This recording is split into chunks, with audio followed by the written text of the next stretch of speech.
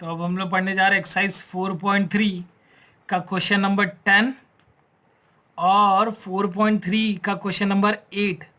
दोनों सेम है, यही सेम क्वेश्चन। ठीक है, ऐसे ही 4.1 का क्वेश्चन नंबर 2 का क्वेश्चन नंबर 4, शायद क्वेश्चन नंबर 4, ये भी सेम यही क्वेश्चन है जो मैंने स्टार्टिंग में करवाया आपको। ट्रेन वाला क्वेश्चन था ना, बस वही क्वेश्चन है। देखो यहाँ पे भी ट्रेन ही दिया है, वही सेम है। महाराष्ट्र बोर्ड का प्रॉब्लम सेट 2 का क्वेश्चन नंबर 13, ऐसा सेम क्वेश्चन है। और महाराष्ट्र बोर्ड का पेज नंबर 51 पे एक्सरसाइज 2, मतलब एग्जाम्पल नंबर 2 भी ये सेम क्वेश्चन है। ठीक है, तो ये क्वेश्चन मैंने पहले भी करवाया है, वापस भी करवा रहा हूँ क्योंकि ये क्वेश्चन पूछने के चांसेस होते हैं। ठीक है ना, तो देखो क्वेश्चन में क्या लिखा है।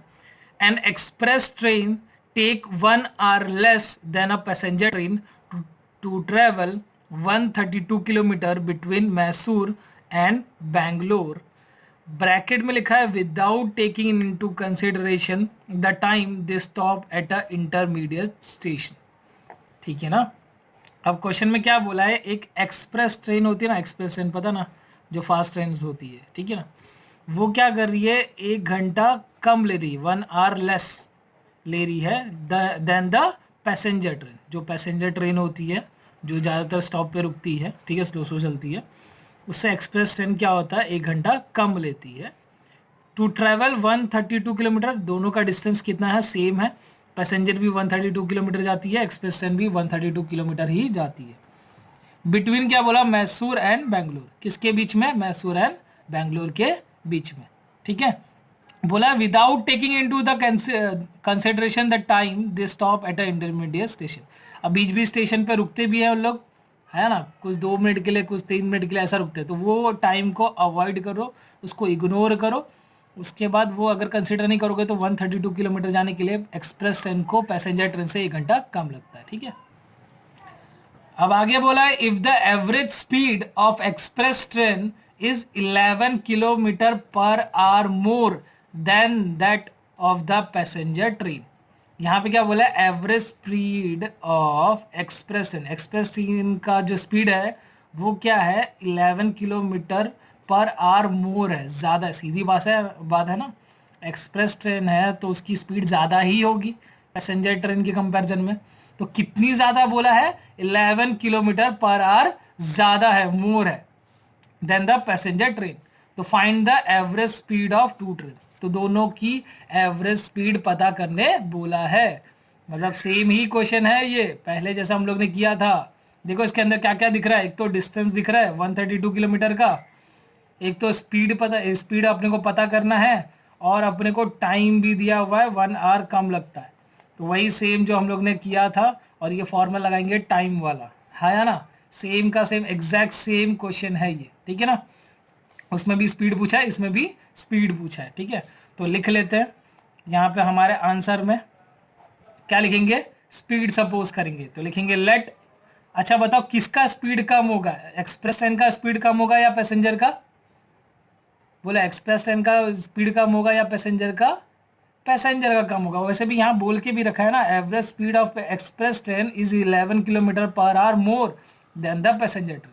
ठीक है ना, पैसेंजर से एक्सप्रेस वाले का 11 किलोमीटर पर आवर स्पीड ज़्यादा है, तो जिसका कम है उसी को हम लोग क्या ले लेंगे, एक्स। ठीक है, let the average speed of passenger train be x kilometre per hour. मैंने क्या सपोज किया कि पैसेंजर ट्रेन का एवरेज स्पीड कितना है, x kilometre per hour, and express train का एवरेज स्पीड क्या हो जाएगा, and average speed of express train क्या हो जाएगा, बोलो, जितना भी पैसेंजर का है उससे कितना ज़्यादा है, बोलो, 11 किलोमीटर पर आवर ज़्यादा है। ज़्यादा है मतलब क्या होगा, प्लस होगा ना, मोर है मतलब क्या होगा, ऐड होगा, है ना। तो एक्सप्रेस ट्रेन का क्या हो जाएगा, be x plus 11 kilometre per our.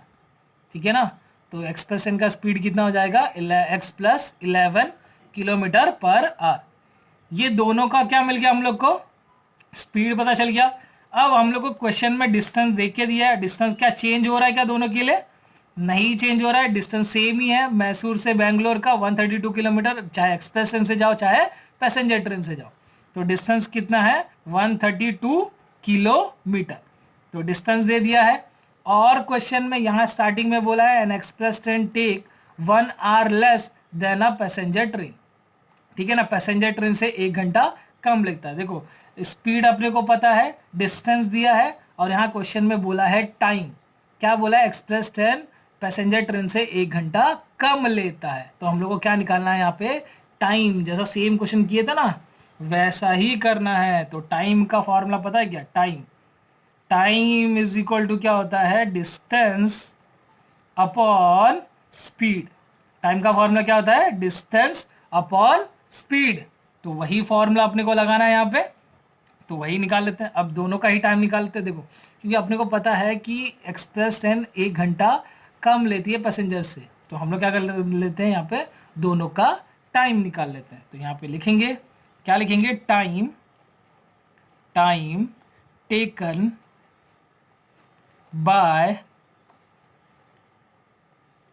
Train. ठीक है ना, तो इसको पहले अंडरलाइन करो। मैंने बताया था अंडरलाइन क्यों करने का, अगर अपने को एक से ज़्यादा लिखना है तो बार बार सेम लिखने से अच्छा है कि एक बार अंडरलाइन करो, उसको साथ में पढ़ेंगे। तो टाइम टेकन बाय ट्रेन हम लोग लिख रहे हैं, पहले चाहिए तो एक्सप्रेस ट्रेन, या तो ये ट्रेन नहीं लिखना है तो यहाँ मत लिखो, ठीक है, यहाँ ही लिख लो। क्या लिख दोगे, एक्सप्रेस और पैसेंजर। तो पहले पैसेंजर लिख लेता हूँ मैं, passenger train is equal to क्या लिखेंगे, बोलो बताओ, बराबर टाइम निकालना है हम लोग। देखो टाइम टेकन बाय क्या लिख रहे हैं, पैसेंजर ट्रेन। तो पैसेंजर की ट्रेन कितना टाइम लेगी, तो टाइम का फॉर्मूला क्या होता है, डिस्टेंस अपॉन स्पीड। तो डिस्टेंस कितना है, 132 किलोमीटर। क्या ये दोनों के लिए चेंज हो रहा है, नहीं, सेम ही डिस्टेंस है ना, मैसूर से बेंगलोर का डिस्टेंस जो है वो सेम ही रहेगा। तो बोल के दिया 132 किलोमीटर है डिस्टेंस। और स्पीड बताओ, पैसेंजर ट्रेन की स्पीड कितनी है, average speed of passenger train कितना बोला है, x किलोमीटर पर आवर। तो डिवाइड बाय क्या लिख देंगे, x। ये ब्रैकेट में, अब ये निकाला हम लोग ने टाइम, तो टाइम किस में होता है, आवर्स में। तो ये हो जाएगा आवर्स, इतना टाइम किसने लिया, पैसेंजर ट्रेन ने। अब किसका निकालेंगे, time taken by passenger train हो गया। अब क्या निकालेंगे हम लोग, एक्सप्रेस। तो लिख लेते हैं एक्सप्रेस ट्रेन। तो अब कैसे पढ़ेंगे, देखो time taken by express train. इसलिए मैं बोलता हूँ अगर 2 से ज़्यादा लिखना है, एक से ज़्यादा लिखना ही है, तो अंडरलाइन करके बार बार अलग लिखने से अच्छा एक ही साथ लिख लो, ठीक है। तो एक्सप्रेस ट्रेन का कितना हो जाएगा, वापस टाइम का फॉर्मूला क्या है, डिस्टेंस अपॉन स्पीड। तो डिस्टेंस कितना है, 132 किलोमीटर डिवाइड बाय स्पीड। तो एक्सप्रेस ट्रेन की स्पीड कितनी है, x+11 है, ठीक है ना, ये इतने आवर्स लेगा, ठीक है। अब क्या करने का ना, अब जब क्वेश्चन में बोला है कि एक्सप्रेस ट्रेन 1 घंटा कम लेती है पैसेंजर से, तो इसको एग्जाम्पल में लिखने का, एक एग्जाम्पल, खुद से एग्जाम्पल लिखना है जिससे आप लोग को कंडीशन बनाने में इजी हो जाए, ठीक है ना। तो मैं बनाता हूँ, देखो यहाँ पे मैं एग्जाम्पल लिख रहा हूँ, देखो यहाँ पे स्पेस है, तो मैं यहाँ पे लिख रहा हूँ फॉर एग्जाम्पल, ठीक है। ये एग्जाम्पल के लिए मैं लिख रहा हूँ यहाँ पे, ठीक है। आप लोग हल्का सा छोटा सा कहीं पे भी लिखोगे तो भी चलेगा, ये मैं जानबूझ के इतना बड़ा दिखा रहा हूँ, यहाँ पे लिखोगे तो भी चलेगा। अब क्या बोला है कि एक्सप्रेस ट्रेन 1 घंटा कम ले रही है पैसेंजर से। तो मैं क्या कर रहा हूँ, पैसेंजर को ना एग्जाम्पल के लिए 10 घंटे बता रहा हूँ, 10 आवर्स। ये कितना घंटा ले रहा है, 10 घंटे ले रहा है ना। एग्जाम्पल के लिए क्या ले लिया मैंने, ये कितना घंटा ले रहा है, 10 घंटा ले रहा है। तो यहाँ पे वापस पढ़ेंगे, क्या लिखा है, an express train takes 1 hour less, 1 घंटा कम ले रही है पैसेंजर से। तो बताओ अगर पैसेंजर 10 घंटे ले रही है तो एक्सप्रेस उससे क्या ले रही है, 1 घंटा कम ले रही है। तो ये कितने घंटे में पहुंचा रही होगी, 9 आवर्स में, हाँ या ना। पैसेंजर ट्रेन 10 घंटे ले रही है, एक्सप्रेस ट्रेन उससे 1 घंटा कम ले रही है, तो कितने घंटे में पहुंचा रही होगी, 9 घंटे में। तो ये क्या जगह, एग्जाम्पल के लिए हम लोग ने पैसेंजर के लिए 10 ले लिया, तो एक्सप्रेस के लिए क्या हो गया, 9। तो हम लोग इसको आराम से डिनोट कर सकते हैं ना हमारे कंडीशन में, है ना।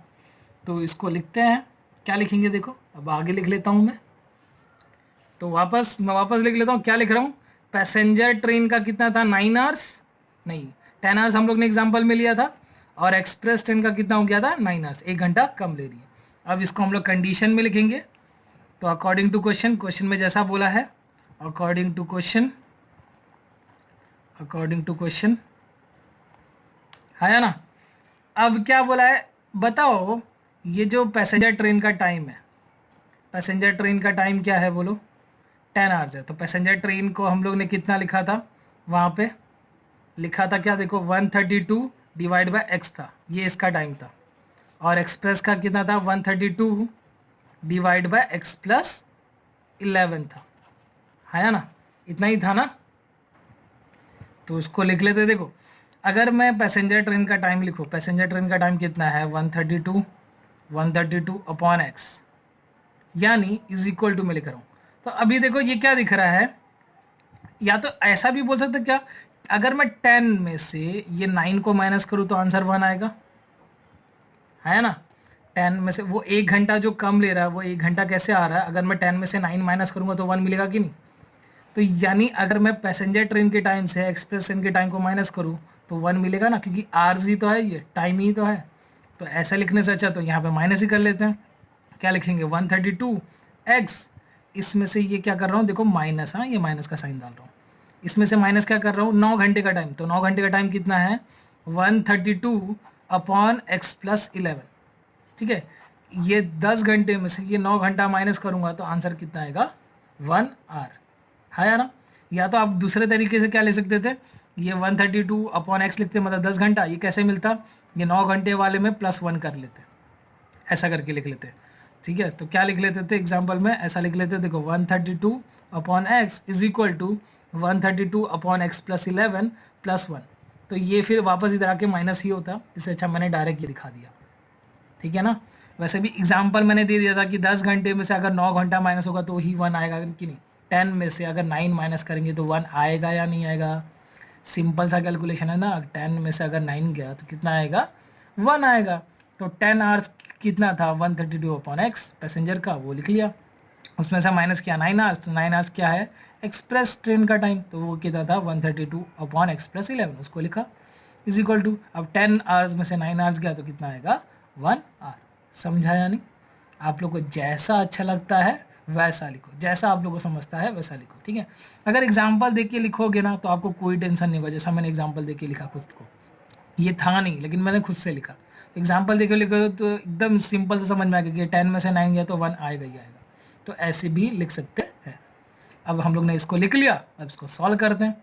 तो सॉल्व कैसे होगा, देखो ऊपर 132 कॉमन है, दिख रहा है 132 यहाँ पे भी 132 यहाँ पे, तो हम लोग कॉमन निकाल लेते हैं। और नीचे दिख रहा है देखो एक्स भी कॉमन है या ना, तो एक्स को कॉमन निकाल लेते हैं। बोलो निकाल ले क्या,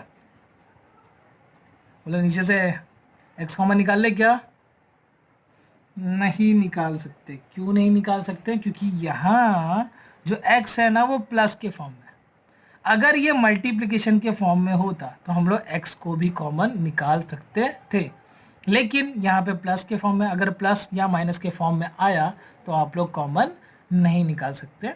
तो ये छोटे छोटे मिस्टेक होते हैं जिसको आपको ध्यान देना है, ठीक है। तो सिर्फ कॉमन क्या निकलेगा 132 जो कि है न्यूमरेटर में, ठीक है। तो उसको कॉमन निकाल लेते हैं 132, तो यहाँ डालेंगे हम लोग बिग ब्रैकेट।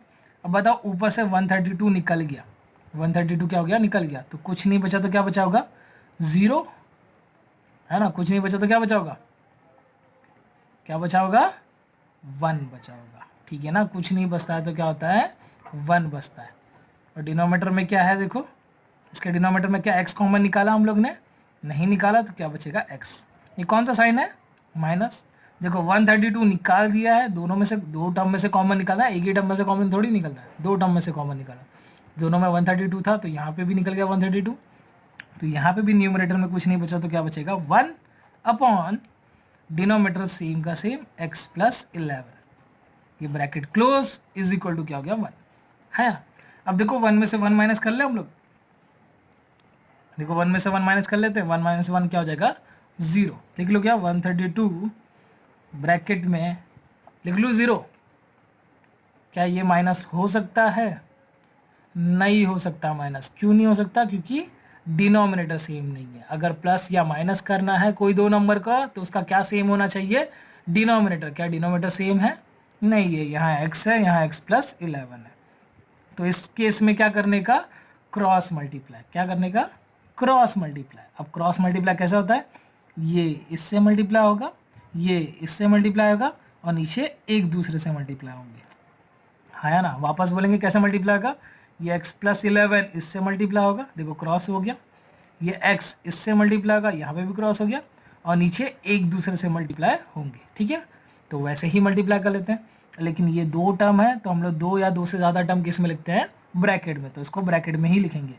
तो ये इधर आएगा, देखो 1 इंटू एक्स प्लस 11 कितना होगा, x प्लस 11 ही होगा, तो मैं इसको ऐसे लिख सकता हूँ x प्लस 11, लेकिन किस में लिखूंगा, ब्रैकेट में। ये कौन सा साइन है, माइनस। 1 इंटू एक्स कितना होगा, x, तो x लिख लूँ, है ना। और अपॉन में ये x दोनों से मल्टीप्लाई होगा, तो क्या लिखेंगे, x ब्रैकेट में x प्लस 11 और ब्रैकेट क्लोज, ठीक है। दो या दो से ज़्यादा टर्म किस में लिखेंगे, ब्रैकेट में। तो ये बिग ब्रैकेट लिख लेते हैं, इक्वल टू क्या हो गया, 1।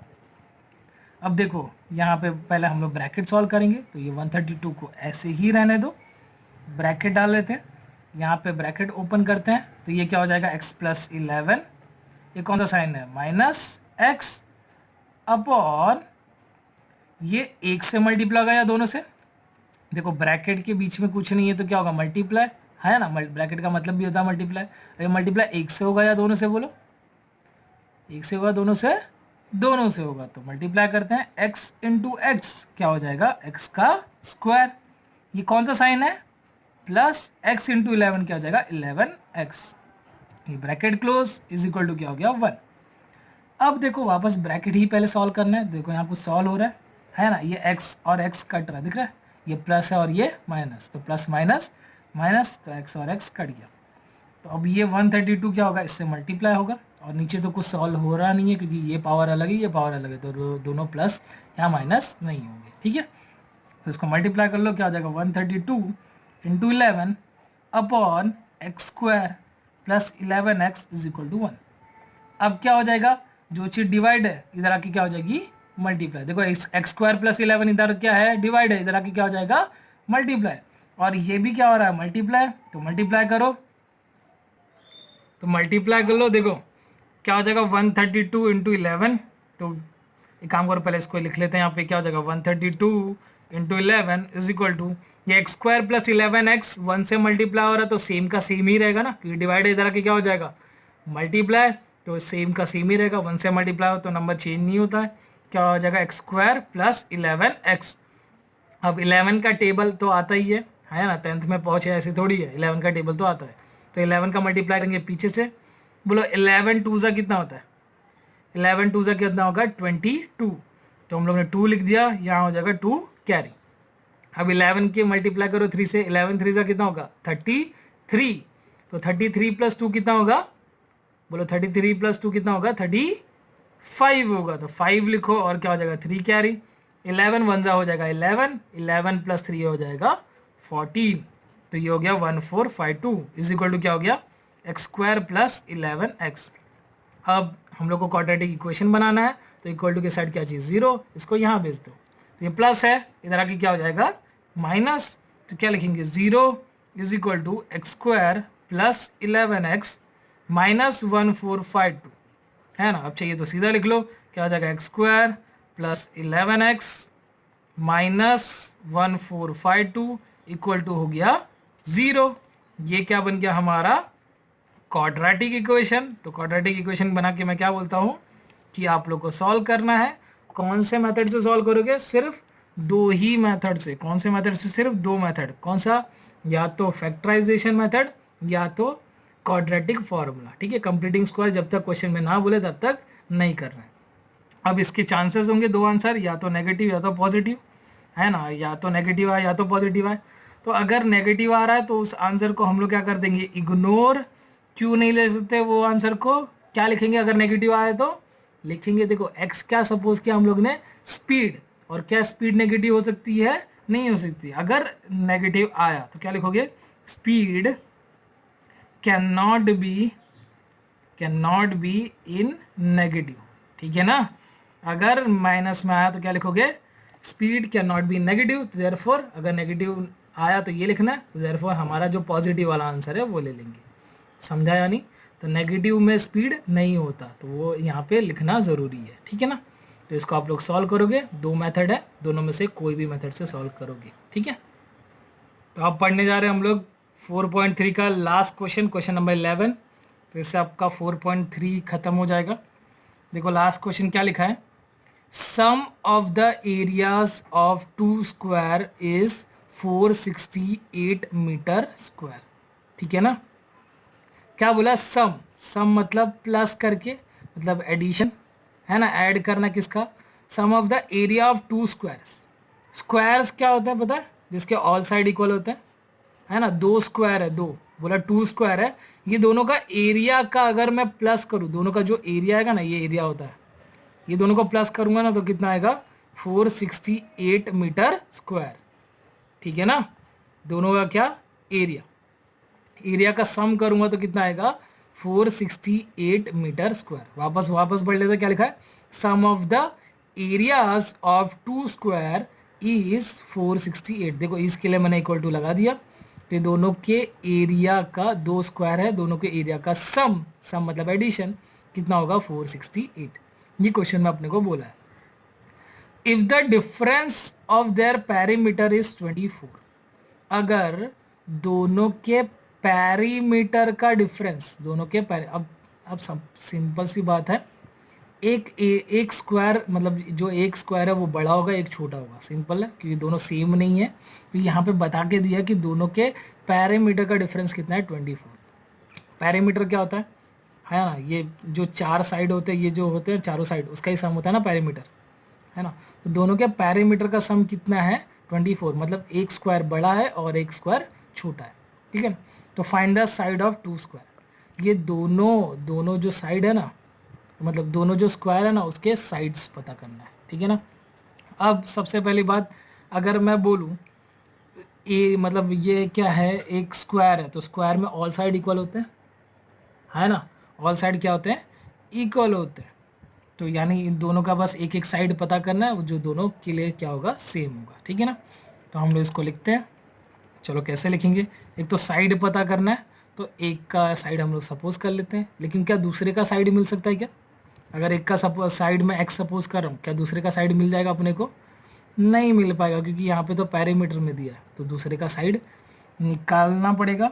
निकालेंगे क्यों, क्योंकि जो यहाँ पे क्वेश्चन में, हम लोग क्वेश्चन में क्या दिया है कि एरिया का सम कितना है, 468। और एरिया कैसे मिलता है, बताओ, एरिया कैसे मिलता है, एरिया ऑफ स्क्वायर कैसे मिलता है, एरिया ऑफ स्क्वायर क्या होता है, बोलो, साइड स्क्वायर होता है। जितना भी साइड है बस उसका स्क्वायर करेंगे तो हम लोग को उसका एरिया मिल जाएगा, है या ना। तो अपने को साइड तो दोनों का ही निकालना है, तो एक का एक्स ले लेते हैं और दूसरे का हम लोग देखेंगे कैसे निकलेगा। वो किसके बेसिस पे निकलेगा, पैरीमीटर के बेसिस पे मिलेगा, क्योंकि पैरीमीटर ही अपने को क्वेश्चन में दिया हुआ है, ठीक है ना। तो हम लोग लिख लेते हैं यहाँ पे, let the side of, first square लिखो या स्मॉल स्क्वायर लिखो, जो लिखना वो लिखो, है ना। तो यहाँ पे लिख लेता हूँ स्मॉल स्क्वायर बी एक्स, ठीक है ना। अब ये किस में, मीटर स्क्वायर में, तो यहाँ पे मैं लिख लेता हूँ मीटर। तो साइड किसका मिल गया अपने को, स्मॉल स्क्वायर का, तो कितना मिल गया, एक्स मिल गया। अब यहाँ पे मुझे दूसरे का साइड कैसे मिलेगा, यहाँ क्वेश्चन में दिया है पैरीमीटर, है ना। तो पैरीमीटर भी निकाल सकते हैं, इसका निकाल लेते हैं। एंड पैरीमीटर चाहिए तो मैं यहाँ पे लिख लेता हूँ, पहले पैरीमीटर का फॉर्मूला बाद में निकाल लेता हूँ। बताओ पैरीमीटर का फॉर्मूला क्या होता है, perimeter of square is equal to क्या होता है, 4 इंटू साइड, है ना, 4s होता है, 4 इंटू साइड होता है। तो पैरीमीटर ऑफ स्मॉल स्क्वायर निकाल लेते हैं, पैरीमीटर ऑफ स्मॉल स्क्वायर, बताओ कितना होगा, 4 इंटू क्या हो जाएगा, साइड क्या है इसमें, एक्स सपोज किया, तो क्या हो जाएगा 4x मीटर, है ना। तो ये इसका मिल गया, हमें पैरामीटर मिल गया स्मॉल स्क्वायर का। अब जब मुझे स्मॉल स्क्वायर का पैरामीटर मिल गया तो मुझे बड़े वाले का भी मिल जाएगा ना पैरामीटर। क्या बोला है, if the difference of their parameter is 24, मतलब ये जो 2 स्क्वायर है ना, देयर का मतलब क्या, ये दोनों स्क्वायर के बारे में ही तो बात कर रहा है। If the difference of their perimeter is 24, मतलब दोनों के पैरीमीटर का डिफरेंस कितना है, 24 है। मतलब एक इससे ही पता चलेगा ना, एक स्क्वायर बड़ा है और एक स्क्वायर छोटा है। तो स्मॉल वाले का हम लोग ने पैरामीटर निकाल लिया है, तो बिग वाला कैसे मिल जाएगा, बिग वाला स्मॉल से कितना है, 24 बड़ा है। तो लिख लेते हैं वहाँ पे, क्या लिखेंगे, perimeter, perimeter of bigger square, ठीक है, या बिग स्क्वायर। बताओ बिग स्क्वायर कितना है, जितना भी स्मॉल स्क्वायर है उससे कितना है, 24 बड़ा है। 24 मीटर क्या है, बड़ा है। दोनों के बीच में डिफरेंस 24। अब अगर मैं बिगर से स्टार्ट करता ना, बिगर से, तो स्मॉलर के टाइम पे हम लोग -24 लिखते, क्योंकि डिफरेंस की बात की है, ठीक है ना। अगर मैं बिगर एक्स ले लेता तो मेरे जो इसका पैरामीटर 4x मिलता, तो स्मॉलर वाला उससे क्या होता, 24 छोटा हो जाता। लेकिन मैंने यहाँ पे स्मॉलर से स्टार्ट किया है, तो बिगर वाला उससे क्या होगा, 24 हमेशा बड़ा, बिगर है मतलब बड़ा ही होगा ना। तो हम लोगों ने क्या किया, जो स्मॉलर का पैरामीटर था उसमें 24 प्लस कर दिया, ठीक है। तो ये मिल गया। तो अपने को तो यहाँ पे क्या चाहिए बोलो, यहाँ पे बोला है sum of the area of two square. अब एरिया ऑफ स्क्वायर का फॉर्मूला क्या होता है, यहाँ पे लिख लेता हूँ, यहाँ पे लिख लेता हूँ, देखो एरिया ऑफ स्क्वायर का फॉर्मूला होता है साइड स्क्वायर, है ना। तो यहाँ पे क्या करना अपने को, दोनों के एरिया का सम करना है, वो कितना होगा, 468। ये हमारे क्वेश्चन में दिया है। तो मुझे एक का तो साइड पता है, किसका, स्मॉल वाले स्क्वायर का, लेकिन बड़े वाले का पता है क्या, क्या मुझे बड़े वाले स्क्वायर का एरिया पता है क्या, मतलब साइड पता है क्या, एक भी नहीं पता ना। लेकिन निकाल सकते हैं क्या, बोलो निकाल सकते क्या, पैरामीटर का फॉर्मूला क्या होता है, 4 इंटू साइड, इससे मिल जाएगा ना। देखो अगर पैरामीटर दिया है उसको अगर मैं 4 से डिवाइड कर दूँ तो भी मिल जाएगा, है ना। चलो इस फॉर्मूले से हम लोग ट्राई करते हैं। ये इसको बॉक्स में डाल दिया मैंने, ये मैंने फॉर्मूला लिखा है, इसको मैंने बॉक्स में डाल दिया।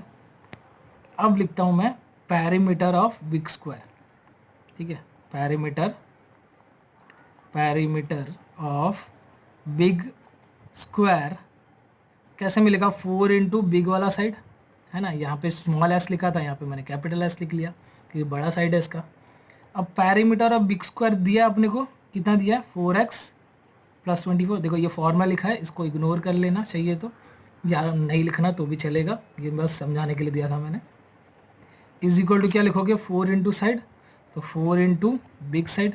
अब मुझे साइड चाहिए, तो 4 इधर मल्टीप्लाई, इधर आके क्या हो जाएगा, डिवाइड, तो क्या हो जाएगा 4x प्लस 24 अपॉन क्या हो गया 4। ये मिल गया हमारे बिग वाले स्क्वायर का साइड। तो क्या इसमें 4 कॉमन दिख रहा है क्या, देखो 4 कॉमन दिख रहा है, यहाँ पे भी 4 है और 4 के टेबल में 24 भी आता है। तो 4 कॉमन निकाल सकते क्या हम लोग, तो निकाल लेते हैं। देखो अगर मैं 4 कॉमन निकालूँ तो ब्रैकेट में क्या बच जाएगा, x प्लस, देखो 4 तो निकल गया यहाँ, तो क्या बचेगा x, ये कौन सा साइन है, प्लस 4 के टेबल में 24 कब आता है बोलो, 4 के टेबल में 24 कब आता है, 6, 4 6 24, ब्रैकेट क्लोज, अपॉन क्या हो गया 4 इज इक्वल टू s। तो ये 4 से ये 4 कट गया, तो हम लोग को मिल गया side of big square. Side of big square कितना मिल गया हम लोग को, x प्लस 6 मीटर। अब जब दोनों का ही साइड मिल गया, देखो स्मॉल वाले का साइड x है, बिग वाले का साइड क्या है, x प्लस 6 है। तो यहाँ पे क्या बोला है, sum of area of two square, तो दोनों का हम लोग क्या कर देंगे, एरिया का क्या कर देंगे, सम कर देंगे, और कितना आ जाएगा 468। दोनों का साइड तो हमें मिल चुका है, और एरिया का स्क्वायर का फॉर्मूला होता है साइड स्क्वायर, है ना। तो अब लिख लेते हैं यहाँ पे अकॉर्डिंग टू क्वेश्चन, तो आगे लिख लेते हैं इसको, ठीक है। यहाँ लिख लेते हैं, क्या लिखेंगे, according to question, according to question. तो क्वेश्चन में क्या बोला है, sum of areas of two square is 468 metre square. ये क्वेश्चन में बोला है, मैंने ऐसे ही लिख दिया जिससे आप लोगों को समझ में आया अच्छे से, ठीक है, इसलिए मैंने ये लाइन ही लिख लिया पूरा का पूरा। तो क्या बोला है, सम, सम मतलब प्लस करना है, किसका प्लस करना है, एरिया का, किसके एरिया का, दोनों स्क्वायर के एरिया का, और कितना आएगा वो 468, ठीक है ना। तो मतलब स्मॉलर वाला हमारा जो स्क्वायर है उसके एरिया का सम है ना, उसके साथ किसको प्लस करेंगे हम लोग, बिगर वाले को। ठीक है, तो यहाँ पे लिखेंगे क्या, अब बताओ, यहाँ पे लिखेंगे एरिया ऑफ स्मॉल स्क्वायर, इसमें प्लस क्या करेंगे, एरिया ऑफ बिग स्क्वायर, और ये दोनों के एरिया का अगर मैं सम कर दूं तो इज इक्वल टू कितना होगा, 468 होगा। ठीक है ना, तो स्मॉल स्क्वायर का एरिया का फॉर्मूला क्या होता है, मैंने अभी बताया था, साइड स्क्वायर होता है। तो स्मॉल स्क्वायर का साइड कितना है, एक्स है, एक्स का क्या करेंगे, स्क्वायर कर देंगे, तो एरिया ऑफ स्मॉल स्क्वायर मिल जाएगा। फिर क्या लिखा है, plus area of big square, तो बिग स्क्वायर का साइड कितना है, एक्स प्लस 6, और स्क्वायर मतलब स्क्वायर कर देंगे तो क्या मिल जाएगा हम लोग को, इसका भी एरिया इज इक्वल टू कितना हो जाएगा, 468 मीटर स्क्वायर। ठीक है ना, तो दोनों के क्या कर दिया हम लोग ने, साइड का स्क्वायर कर दिया और दोनों को क्या कर दिया, सम कर दिया, प्लस कर दिया, तो कितना मिलेगा, 468। अब इसको सॉल्व कर लेते हैं, ये क्या हो जाएगा, एक्स स्क्वायर प्लस, यहाँ तो आप लोग को फॉर्मूला दिख रहा है, कौन सा फॉर्मूला दिख रहा है, ए प्लस बी का होल स्क्वायर का फॉर्मूला। तो फॉर्मूला दिख रहा है ए प्लस बी का होल स्क्वायर का फॉर्मूला, तो बोलो ए प्लस बी का होल स्क्वायर का फॉर्मूला क्या होता है, ए स्क्वायर, मैं लिख लेता हूँ यहाँ पे, A square plus 2ab plus B square, यही होता है ए प्लस बी का होल स्क्वायर का फॉर्मूला। तो उस फॉर्म में लिख लो, तो ए की जगह पे क्या लिखेंगे, एक्स, और बी की जगह पे क्या लिखेंगे, 6। ए की जगह पे क्या लिखेंगे, एक्स, बी की जगह पे क्या लिखेंगे, 6। तो इस फॉर्म में दिया है तो आंसर क्या आएगा, ये वाला फॉर्म। ठीक है ना, तो इस फॉर्म में लिखते हैं, पहले क्या लिखा है, ए स्क्वायर, तो ए की वैल्यू क्या है, एक्स, तो एक्स का क्या लिख देंगे, स्क्वायर। फिर क्या लिखा है, प्लस, तो प्लस क्या लिखा है, 2ab मतलब 2 इंटू ए इंटू बी, 2ab का मतलब क्या होगा, 2 इंटू ए इंटू बी, तो यहाँ पे लिखो 2 इंटू ए की वैल्यू क्या है, एक्स है, इंटू बी की वैल्यू क्या है, 6 है। उसके बाद कौन सा साइन है, प्लस, क्या लिखा है, बी का स्क्वायर, तो बी की वैल्यू क्या है, 6 का हो जाएगा स्क्वायर, इज इक्वल टू हो गया 468। ये मैंने सेम लिख दी। हम इसको सॉल्व करते हैं, तो x का स्क्वायर होगा एक्स स्क्वायर प्लस x का स्क्वायर होगा एक्स स्क्वायर प्लस, ये मल्टीप्लाई हो रहा है, तो 2 6 हो जाएगा 12, वेरिएबल क्या है x, प्लस 6 का स्क्वायर है 36, इक्वल टू हो गया 468। अब क्वाड्रेटिक इक्वेशन बनाना है तो इक्वल टू के साइड 0 चाहिए, है ना, इस साइड कुछ नहीं होना चाहिए, तो इसको इधर भेज देंगे, ये प्लस है तो क्या हो जाएगा, माइनस। अब यहाँ दिख रहा है एक्स स्क्वायर, तो एक्स स्क्वायर वाला और कोई है क्या, देखो दिख रहा है यहाँ पे, है ना, दोनों सेम है। अब दोनों की यहाँ कुछ नहीं तो क्या होगा, 1, तो 1 प्लस 1, देखो दोनों प्लस ही है ना, तो प्लस प्लस क्या होगा, प्लस ही होगा, तो 1 प्लस 1 हो जाएगा 2 एक्स का स्क्वायर। उसके बाद दिख रहा है पावर 1 वाला, और कोई है क्या पावर 1 वाला, नहीं है, तो इसको सेम लिख दो, प्लस 12x। अब ये 36 इधर ही है तो इसको ऐसे ही लिखो, ये वाले नंबर को यहाँ भेज रहे हैं तो यहाँ प्लस में है, इधर आके क्या हो जाएगा, माइनस हो जाएगा। बोलो यहाँ प्लस है तो इधर आके क्या हो जाएगा, माइनस, तो लिखेंगे माइनस 468 इक्वल टू क्या हो गया, 0। अब इसको सॉल्व कर लेते हैं, क्या होगा, 2x स्क्वायर प्लस 12x, देखो प्लस माइनस, देखो ये प्लस है ये माइनस है ना, विदाउट वेरिएबल वाले तो प्लस माइनस होगा माइनस।